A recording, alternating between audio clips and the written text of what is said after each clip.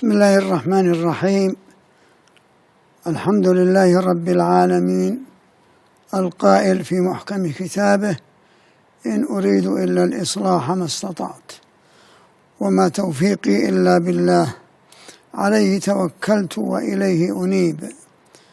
والصلاة والسلام على رسول الله محمد بن عبد الله الصادق الأمين. الإخوة والأخوات، قيادات وأعضاء ومؤيدي التجمع اليمني للإصلاح داخل الوطن وخارجه، الإخوة والأخوات المواطنون جميعا، السلام عليكم ورحمة الله وبركاته. تحل علينا الذكرى 33 لإعلان ميلاد التجمع اليمني للإصلاح في 13 من سبتمبر من العام 1990، الذي مثل عاما فارقا في تاريخ اليمن الحديث بإعلان التعددية السياسية وانتهاج المسار الديمقراطي والتنافس السياسي وفقا لأدوات العمل السلمي في ظل دولة الوحدة اليمنية. لقد ولد الإصلاح حزبا وطنيا ممتدا من تاريخ وإرث النضال الوطني الحضاري الذي توج بقيام ثورة 26 من سبتمبر الخالدة في عام 1962، وثورة 14 من أكتوبر المجيدة عام 1963، منبثقا من هوية الشعب اليمني وقيمه الإسلامية وثوابته الوطنية وانتمائه العربي والإسلامي ومشتركاته الإنسانية مع العالم. فكان الإصلاح إحدى التعبيرات الوطنية عن تطلعات الشعب اليمني، سيما المنتسبين إليه من مختلف الشرائح الاجتماعية الذين اقتنعوا ببرنامجه السياسي الراشد وخطابه الواعي ونهجه المتزن وسلوكه الوسطي لتكريس التجربة الديمقراطية الوليدة وتسخيرها لخدمة الشعب وبناء الدولة. وكان الإصلاح وما يزال خادما للشعب ومنحازا لقضاياه الوطنية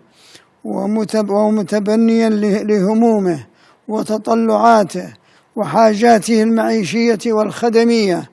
وداعما لفكرة الدولة في مختلف منعطفات النضال السياسي. أيها الإخوة والأخوات، تأتي هذه الذكرى متزامنة مع حلول العيد 61 لثورة 26 من سبتمبر الخالدة، التي أسدلت الستار على حقبة مظلمة خيمت على وطننا الحبيب ردحا من الزمن، وأعلنت ميلاد جمهوريتنا الخالدة التي حملت على عاتقها تحقيق قيم الحرية والعدالة والمواطنة المتساوية. وخلال ما يزيد على 6 عقود من عمر الجمهورية، مضى اليمنيون بكل فئاتهم يخوضون ملحمة نضالية للتخلص من تركة الجهل والتخلف والعنصرية التي خلفها النظام الإمامي البائد. وبعزيمتهم وحماسهم وتطلعهم للحياة قطعوا شوطا في مضمار التنمية وإزالة أغلال الجهل والإذلال التي كبلت طاقات الإنسان اليمني وعطلت قدراته. إلا أن الإمامة التي تظاهرت بالفناء حين انتفض في وجهها الشعب كانت بذرتها الخبيثة تختبئ في ثوب الجمهورية، وظلت تتربص بهذه القيم الوطنية والإنسانية، مستغلة تسامح اليمنيين ورغبتهم في التعايش لتتوغل عبر عناصرها القادرين على التلون في مؤسسات الدولة ومفاصل الحكم، وفي لحظة غفلة من النخب الجمهورية وانشغال الأحزاب والتيارات والقوى الوطنية بالتباينات، كانت الإمامة بلافتتها الجديدة متمثلة في ميليشيا الحوثي تعيد ترتيب صفوفها وتعد العدة للانقضاض على الدولة والنيل من النظام الجمهوري الذي وجد ليبقى. وللأسف الشديد فإن تلك التباينات واشترار الماضي بين القوى السياسية لا يزال عاملا مساعدا في إطالة أمد سيطرة هذه الميليشيا على جزء من وطننا الحبيب، حيث ما زال شعبنا يواجه بطش ميليشيا الإرهاب الحوثية المدعومة إيرانيا منذ اجتياحها العسكري وانقلابها على الدولة. وما زالت الميليشيا متمسكة بخيارات وأدوات العنف كأداة وحيدة في محاولة لفرض مشروعها العنصري على أبناء الشعب اليمني من خلال مزعوم الحق الإلهي في السلطة المرتكز على خرافة الأفضلية العرقية، والتي تريد فرضها من خلال ممارسات القهر والتنكيل بحق الشعب اليمني الذي يتطلع للحياة الكريمة ويناضل من أجلها، فضلا عن قناعاتها الراسخة بأحقية الانتشار والتوسع في المنطقة. وإننا في التجمع اليمني للإصلاح نتابع بإكبار الأصوات التي تتحدى آلة القمع وتعلن من داخل مناطق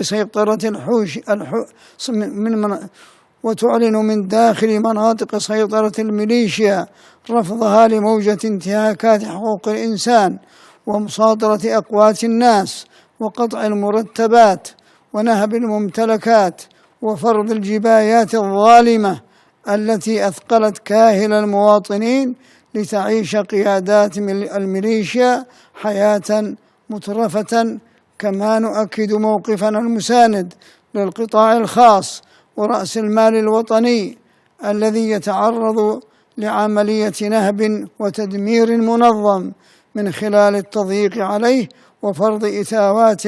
وإجراءات غير قانونية طالت قطاعات العمل والتجارة والاستثمار.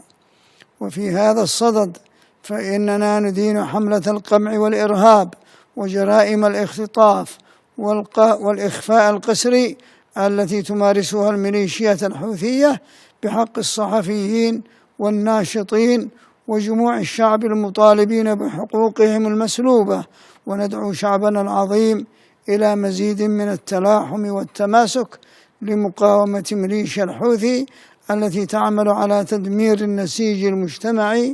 ومحاولة تغيير هوية المجتمع، وحماية النشء من السموم الفكرية التي تبثها الميليشيا عبر تحريف المناهج الدراسية، والتي وصلت حد تحريف أهداف ثورة 26 من سبتمبر بما يحقق أيديولوجيتها الفكرية القائمة على التمييز العرقي والطبقي.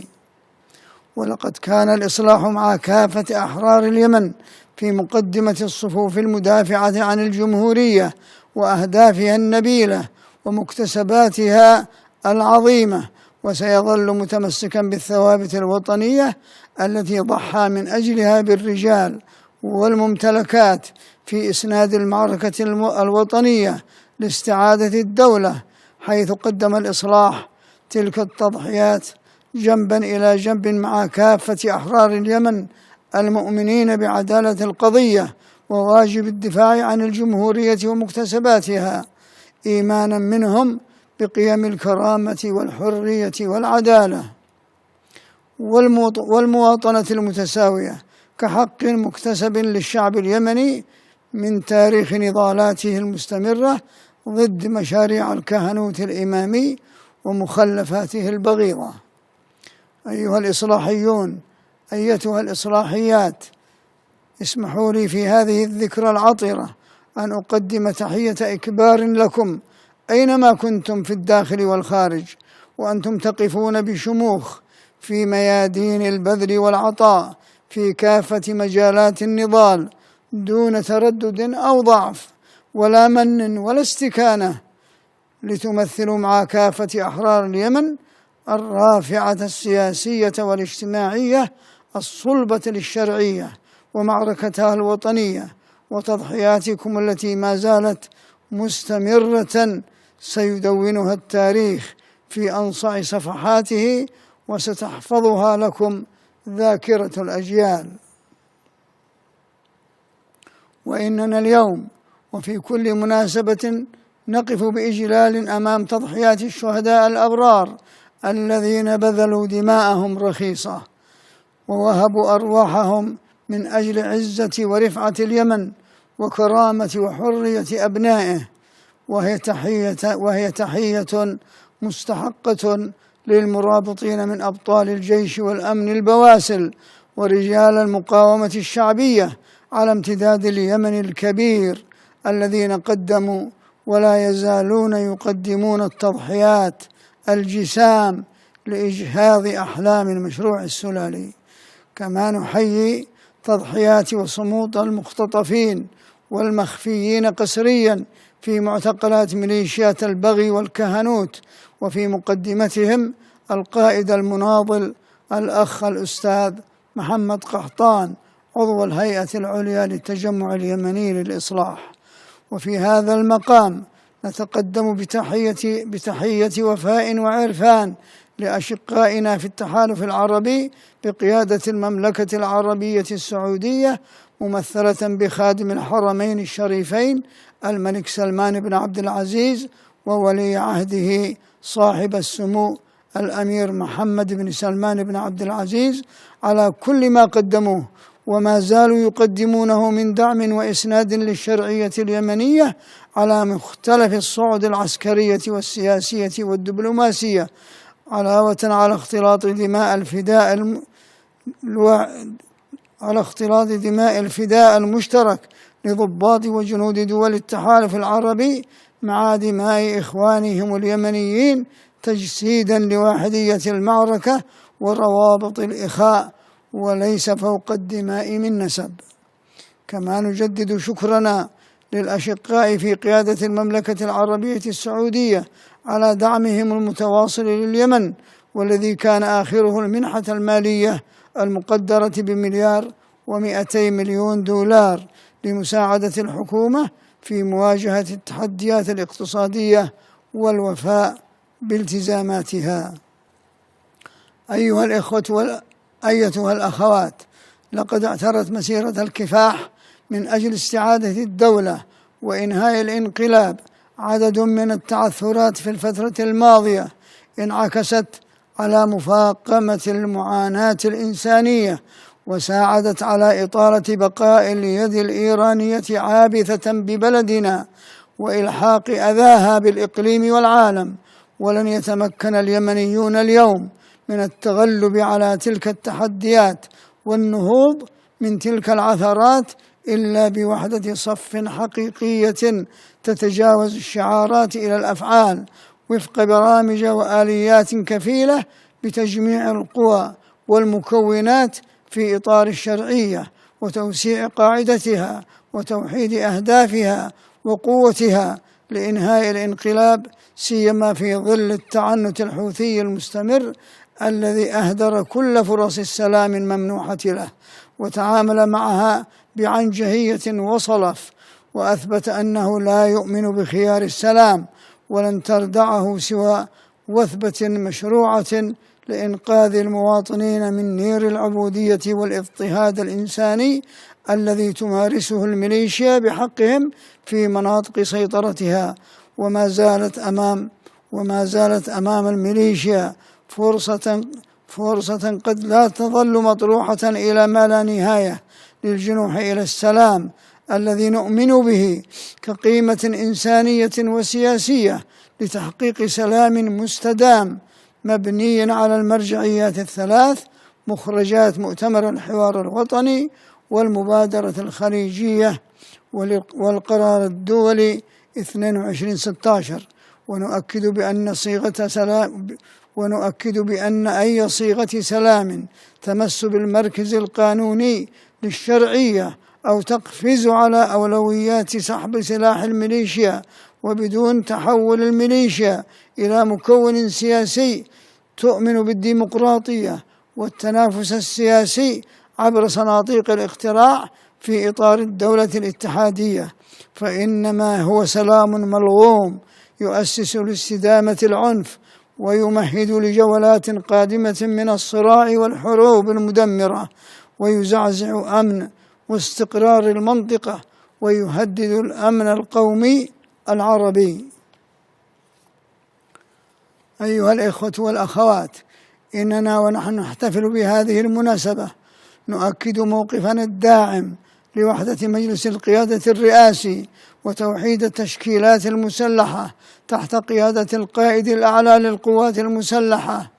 وفي إطار وزارتي الدفاع والداخلية، واستكمال تنفيذ اتفاق الرياض لتمكين المجلس من قيامه بالمهام المناطة به وفقا لإعلان تفويض السلطة. وندعو مجلس القيادة الرئاسي والحكومة إلى إنهاء حالة الركود السياسي والعمل بمقتضيات الشراكة والتوافق وممارسة المهام المنوطة بهما، ورفع كفاءة أداء المؤسسات الحكومية وفق أولويات المرحلة لتقديم الخدمات للمواطنين، وفي مقدمتها حل مشكلة انقطاعات الكهرباء في العاصمة المؤقتة عدن بصورة جذرية، وإيقاف الانهيار الاقتصادي وتدهور أسعار العملة، وإيقاف مصادر النزيف للمال العام، وتفعيل الأجهزة الرقابية، ومعالجة أوضاع المعلمين وكافة موظفي الدولة، وتمكين السلطة التشريعية ممثلة بمجلس النواب من مزاولة عمله الرقابي والتشريعي من العاصمة المؤقتة عدن، والإسراع في تشكيل الهيئة الوطنية لمكافحة الفساد. كما نحث مجلس القيادة والحكومة على التحرك الجاد لاستعادة تسطير النفط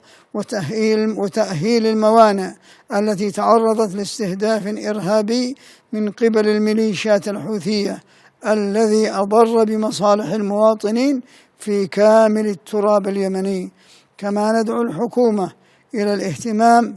بالقوات المسلحة والأمن والمقاومة، وانتظام صرف مرتبات منتسبيها بصورة شهرية، وتوفير الدعم الذي تتطلبه المعركة الوطنية، وتقديم المبالغ اللازمة لعلاج الجرحى في الداخل والخارج، والإسراع في إنشاء هيئة وطنية لرعاية جرحى الحرب وذوي الاحتياجات الخاصة وأسر الشهداء، وتخصيص الموازنة الكافية لرعايتهم وتوفير احتياجاتهم المعيشية والصحية. أيها الإخوة والأخوات، إن التجمع اليمني للإصلاح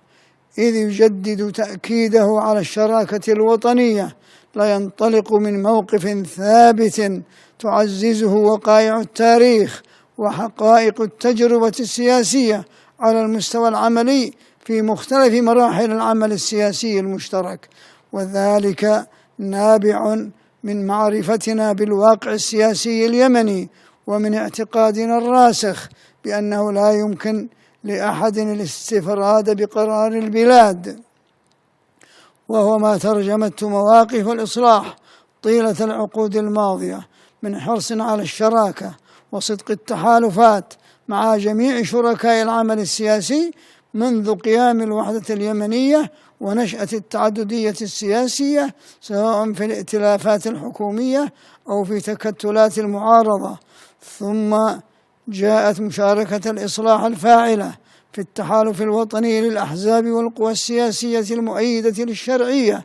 الذي أعلن عنه في العام 2019 تجسيدا لمبدأ الشراكة في مواجهة التحديات في جميع المنعطفات الوطنية. وإن المرحلة الحالية تتطلب البناء على تجربة تحالف الأحزاب لتوسيع قاعدة الشراكة عبر تحالف سياسي عريض يشمل المجلس الانتقالي والمكتب السياسي للمقاومة الوطنية وكافة المكونات والقوى المنضوية في الشرعية للمضي صفا واحدا لإنهاء الانقلاب الحوثي وبناء الدولة الاتحادية وترسيخ النظام الجمهوري والحفاظ على سيادة الوطن ووحدته وسلامة أراضيه.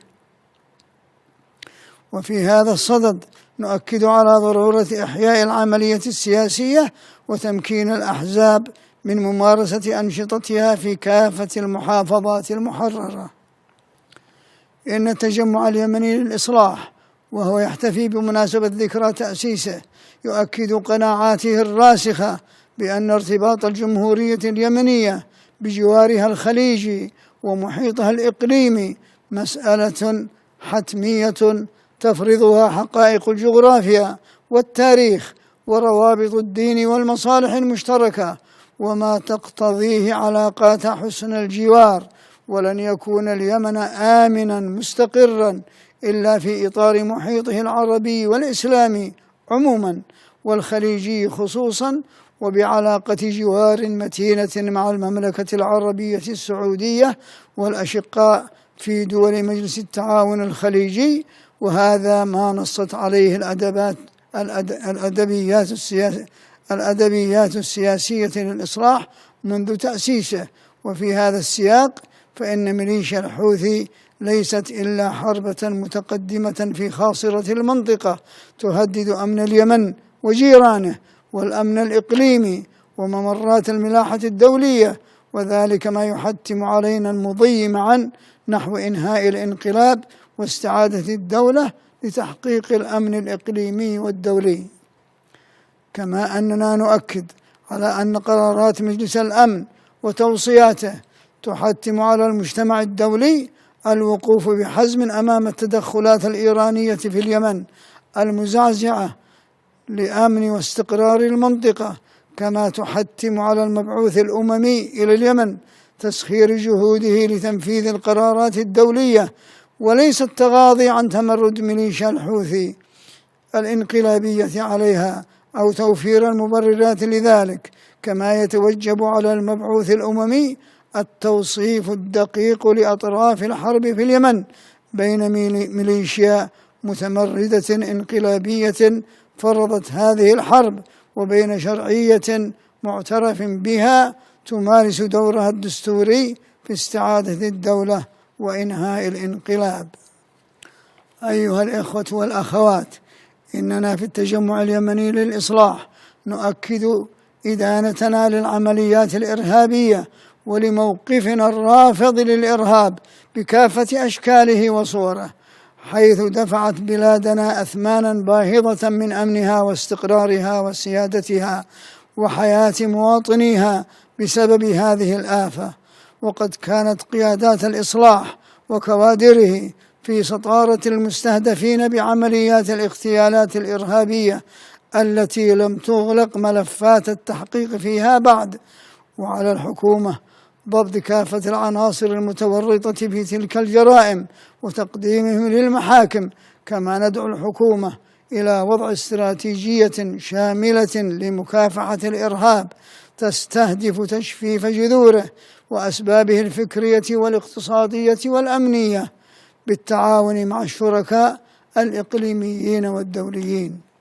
أيها الإصلاحيون والإصلاحيات، إننا بهذه المناسبة إذ نثمن تضحياتكم الجسيمة في مواطن العزة والشرف في مختلف ميادين النضال، نشد على أيديكم للاستمرار في النضال الوطني لاستعادة الدولة وإنهاء الانقلاب، ونحيي أبناء الحالمة تعز الصامدين في مواجهة الصلف الحوثي الذي يفرض الحصار على تعز في ظل تماهي الموقف الأممي مع هذه الجريمة ضد الإنسانية. كما نحيي قبائل مأرب ومقاومتها الباسلة وكافة القبائل اليمنية على وثبتهم الشجاعة في المعركة الوطنية لمقاومة المشروع الحوثي الكهنوتي. هذه المعركة التي تقتضي من كافة أبناء الشعب الالتفاف حولها للانتصار للمشروع الوطني، وعلينا جميعا أن نثق بالله أولا وبعدالة القضية التي نحملها، وأن اليمن سيعود حرا منتصرا، وستعود دولته ونظامه الجمهوري، وسيعود أمنه وازدهاره قريبا إن شاء الله، فإن مع العسر يسرا، إن مع العسر يسرا، والله غالب على أمره ولكن أكثر الناس لا يعلمون. والسلام عليكم ورحمة الله وبركاته. أشرق فأنت صباحها، حلق فأنت جناحها، ناضل فأنت سلاحها وسلامها، والدرع يا إصلاح. الذكرى 33 لتأسيس التجمع اليمني للإصلاح.